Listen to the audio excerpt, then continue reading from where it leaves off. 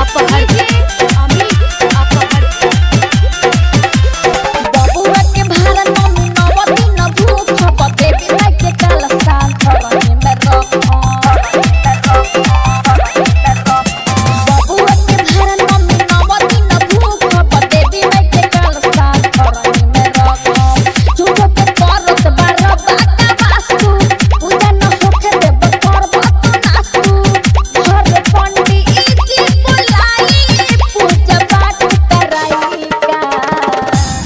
Uncle I come to मेला। अरे हट ये बाबू तनी पूजा कर लेवे द। नायक चाचा हम चले। हट हट तोरा माई के संग मेला जाऊ हम भतीजावा के माई मेला जाई का मेला जाई का मेला जाई का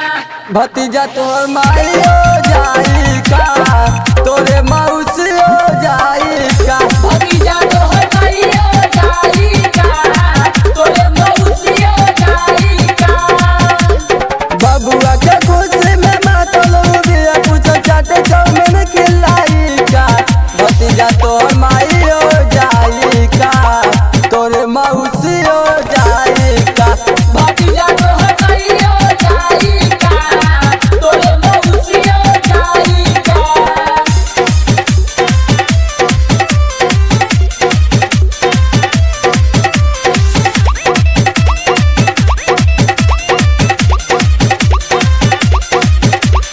डीजे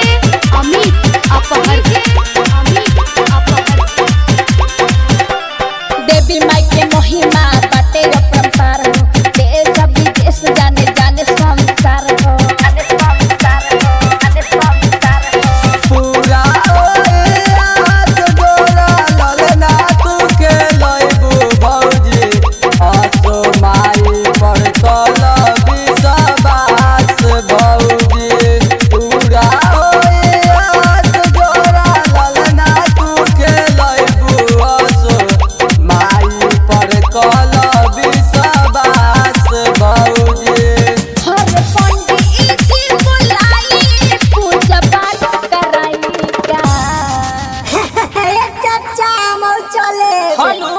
भतीजावा के माई मेला जाई का मेला जाई का मेला जाई भतीजा तोहर माई